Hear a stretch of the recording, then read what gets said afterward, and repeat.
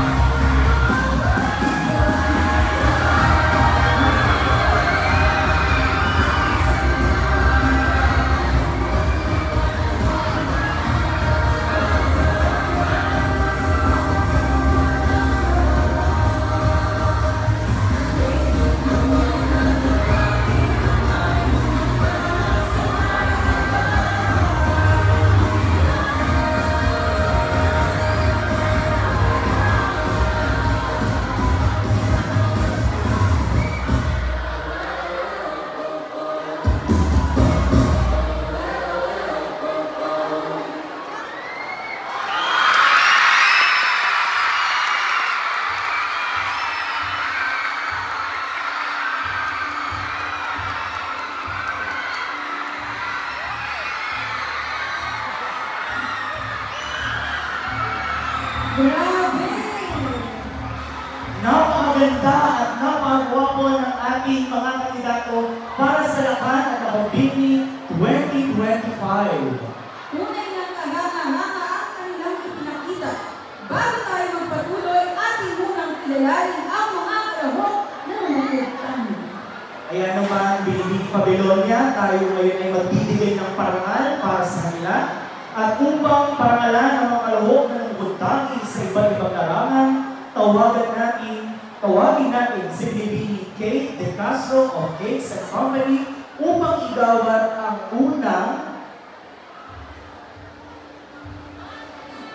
pagipalak na palakaibigan sa Lakan at Nakabini.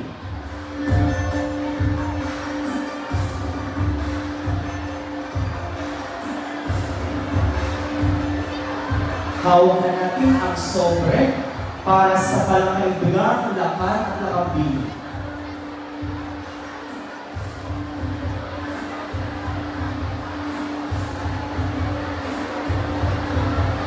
Ang palakaibigang lakan ay walang iba kundi si Ginoong Negrito.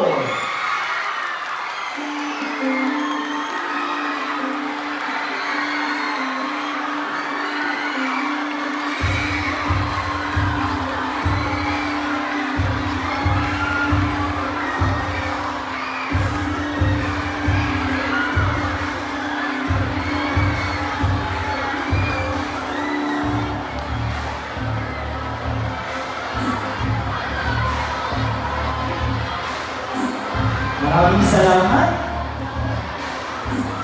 Para naman sa nakambing palakaibigan, walang iba kundi si Binibining. Binibining Chacacano!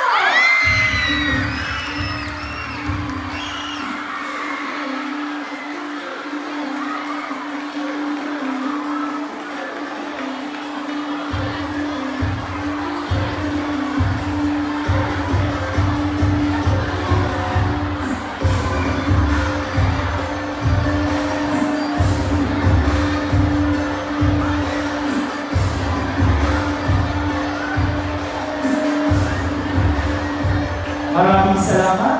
At para maigawad ang lakan ng kabisigan at nakabing kagandahan, ating pong tawagin si Dina Niña Rose D. De Borja.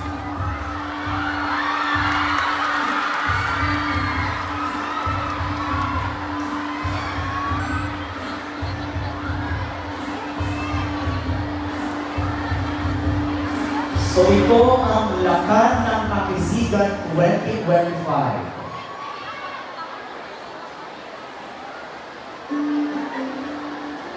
Ang ating lakan ng Kakisigan ay si Ginoong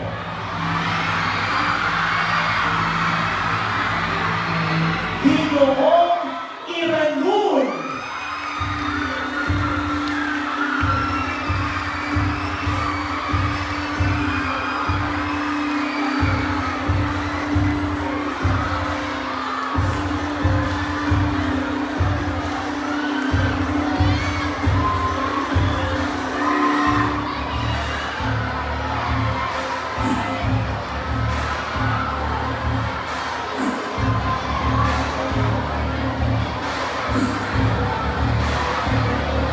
At para naman sa nakambing ng kagandahan, Binibining! Binibining Moros!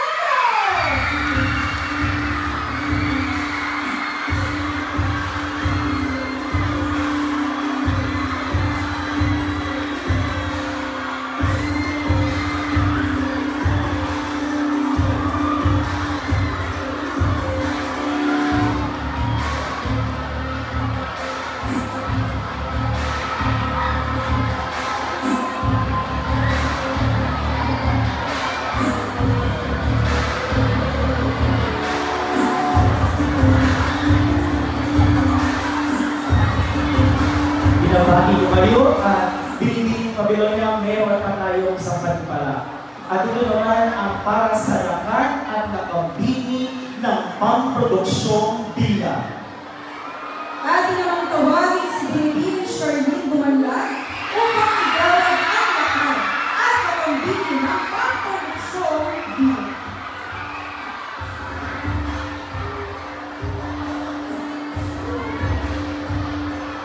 Binibining Babilonia, mukhang nahihirapan ang ating mga hurado. Diba? Kaya inaantay natin ang magiging resulta ng kanilang production number. Tunay na napakaganda at napakagwapo ng ating mga mag-aaral sa Angono Private High School. Talaga namang makikisip sila. Oo, yan mga. Yung tinatawag natin Marinag, yan. Napakalalim ang salitang Marinag. Yes. Bagay na bagay para dito sa ating buwan ng wika. So, mukhang inaantay pa natin.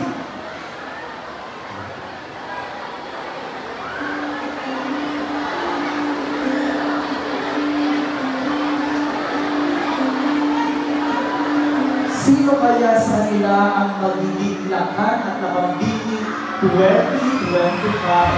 Meron ba kayo ng mga isunan? Talaga ng ibang support namin o lumat.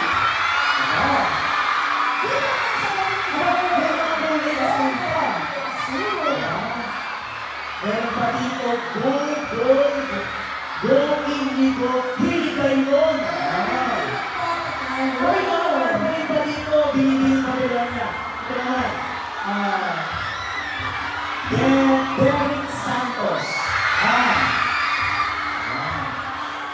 Meron din ito na kulay pink.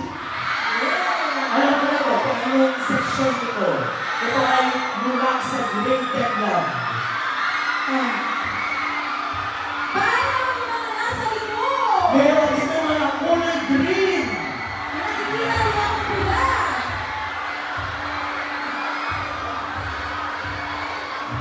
Meron ba carbon dito, no?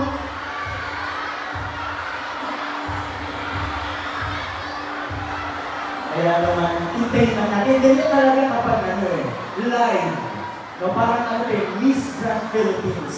Yung mga pinatawag ng ating mga guro ng mga gabi.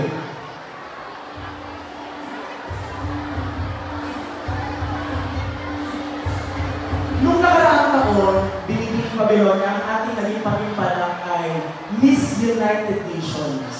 Diba? So ngayong taon naman ay buwan lakan at nakabini ng wika 2025.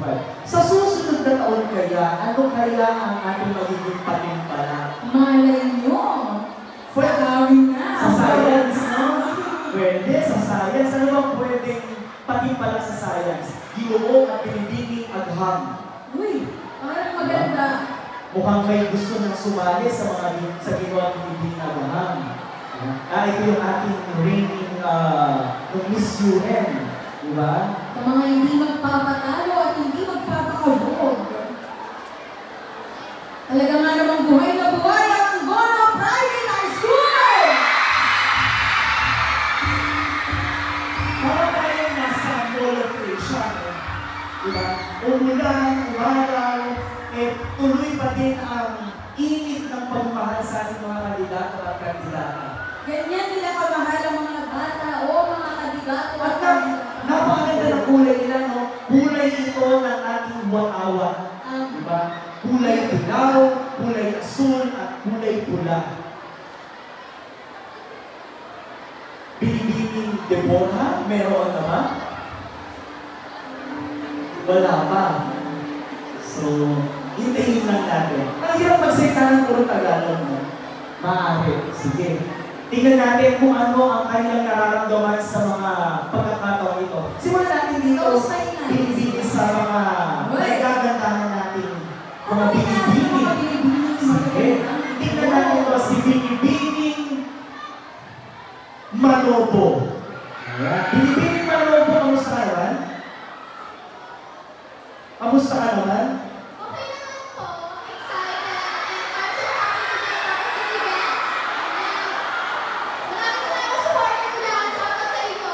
May mga supporters. Asan supporters ni Binibining Manobo ay mga kulay green. Hindi na naman kinakabahan. Sanay ka na. Oo, no?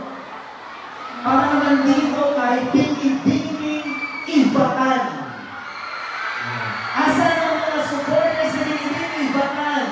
Ayun. Kamusta ka naman, Binibining Ibatan? Masaya po. Masaya naman. Hindi ka naman kinakabahan. Hindi po, excited po. Excited si Binibining Ibatan. Maraming salamat. Binibining Ibatan, tayo sa mga